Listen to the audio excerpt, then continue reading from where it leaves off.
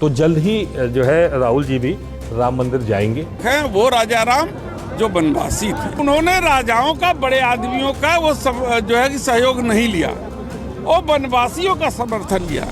वो विचारों से समाजवादी थे। मान सकते हैं कि वो जिनको राम में आस्था होने लगी, लेकिन ये बात पक्की है कि राम सपाई नहीं थे। 2027 के यूपी विधानसभा चुनाव से पहले प्रदेश की सियासत भगवान राम और राम मंदिर के इर्द गिर्द झुकाव लेने लगी है। कभी MY फैक्टर तो कभी PDA के फॉर्मूले पर चुनावी राजनीति की प्रत्यंचा खींचकर रखने वाली समाजवादी पार्टी के नेता भी राम राम करते दिख रहे हैं। तो वहीं अब तक राम मंदिर से दूरी बनाए रखने वाली कांग्रेस पार्टी भी राम के द्वार पर नतमस्तक होने का प्लान बना रही है।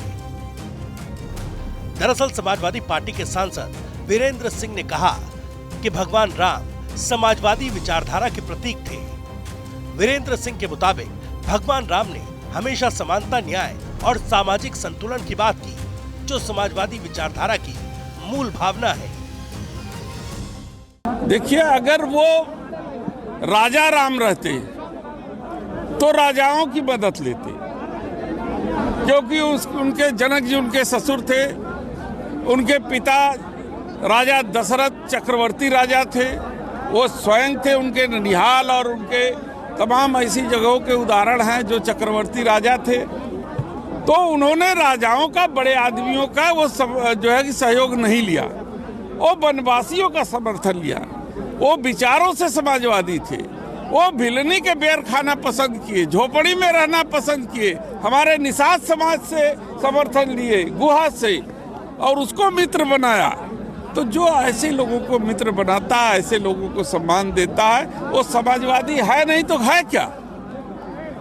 समझना तो भारतीय जनता पार्टी जो राम की समर्थक है, वो राजा राम की समर्थक है। और राम के उस रूप के समर्थक है जब राजा राम अयोध्या में पुनः लौट करके आए और राजा के रूप में विराजमान हुए। और उनसे इन्हीं लोगों ने गलतियां कराई, माता सीता को वनवास भेजवाया। यही भारतीय जनता पार्टी जैसे लोग जो है वो चुगली किए थे, तो इसलिए हुआ था। लेकिन हम लोग राजा राम के समर्थक हैं, वो राजा राम जो वनवासी थे, जो समाजवादी विचार के थे।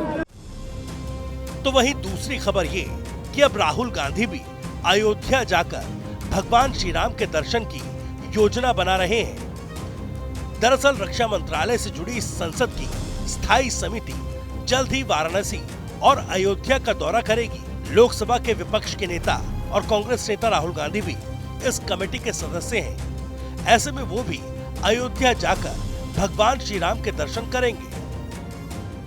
राहुल जी ने स्पष्ट किया था कि जब तक पूरा मंदिर नहीं बन जाता, और साथ ही साथ चारों शंकराचार्यों ने भी ये स्पष्ट किया था कि जब शिखर और ध्वज की पूजा हो जाएगी तब जाएंगे। तो जल्द ही जो है राहुल जी भी राम मंदिर जाएंगे, क्योंकि अब मेरे ख्याल से ध्वज के कंप्लीट हो गया है। तो वो तो स्पष्ट था, जब अधूरे मंदिर में कोई पूजा करने नहीं जाता है। हालांकि कांग्रेस और अब सपा के इस बदलते रुख और भगवान राम को समाजवादी बताए जाने पर बीजेपी भड़क गई है। बीजेपी प्रवक्ता ने कहा कि भगवान राम समाजवादी हो सकते हैं, लेकिन सपाई नहीं हो सकते। इतना उनको हीरो मत बनाइए, वो इतना हीरो बनने लायक नहीं है। भगवान श्री राम के बारे में बोलने से पहले वो रामद्रोही पार्टी में पहले वहां त्याग पत्र दे करके पहले माफी मांगे कि हम रामद्रोही पार्टी। देखिए, लगातार जैसे चुनाव दर चुनाव प्रदेशों में हारती चली आ रही तमाम पार्टियां, और इंडी गठबंधन का पार्ट समाजवादी पार्टी भी रही। बिहार का हाल देखकर बहुत घबराए हुए हैं। जिस राम का नाम नहीं लेते थे, जिस राम के अस्तित्व को नहीं मानते थे, जिस राम सेवकों पर गोली चलाई, आज वो राम को कहते हैं कि समाजवादी हैं। मान सकते हैं कि वो जिनको राम में आस्था होने लगी, लेकिन ये बात पक्की है कि राम सपाई नहीं थे। राम समाजवादी हो सकते हैं कि वो समाज के हर वर्ग को अपने साथ जोड़ने का काम करते, पर भारतीय जनता पार्टी की सरकार में धर्म, सनातन और हमारा जो संस्कार है, हमारे जो वैभव है, जो हमारी पुरानी इतिहास की गाथाएं, उन पर विश्वास तो होने लगा। राम का नाम लेने के लिए तो भाजपा ने इन्हें आज इस तरह मजबूर कर दिया कि भाजपा की वजह से राम का नाम लेने लगे। वहीं बीजेपी भी भगवान राम और राम मंदिर के मुद्दे पर इस बार भी पीछे दिखना नहीं चाहती। इसी क्रम में बीते दिन यूपी बीजेपी अध्यक्ष पंकज चौधरी राजधानी लखनऊ से अवध क्षेत्र की यात्रा करते हुए रामनगरी अयोध्या पहुंचे। इस दौरान सपा से निष्कासित गोसाईगंज के विधायक अभय सिंह ने जेसीबी से फूल बरसाकर उनका स्वागत किया।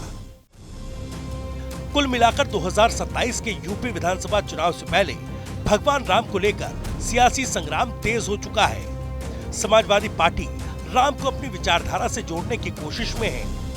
कांग्रेस अयोध्या के रास्ते सॉफ्ट हिंदुत्व का संदेश देने में जुटी है, तो वहीं बीजेपी इन दावों को सिरे से खारिज करते हुए राम पर अपने वैचारिक अधिकार की बात कर रही है। साफ है कि 2027 की जंग में राम मंदिर और आस्था केवल मुद्दा ही नहीं बल्कि सियासी हथियार बन चुके हैं, जिनके सहारे हर दल अपनी चुनावी जमीन मजबूत करने की कोशिश में है। खैर सवाल ये भी है कि क्या 2027 के विधानसभा चुनाव के लिए कांग्रेस पार्टी सॉफ्ट हिंदुत्व से एक पायदान और आगे बढ़कर अब भगवान राम के सहारे अपनी चुनावी जमीन को यूपी में मजबूत करना चाहती है।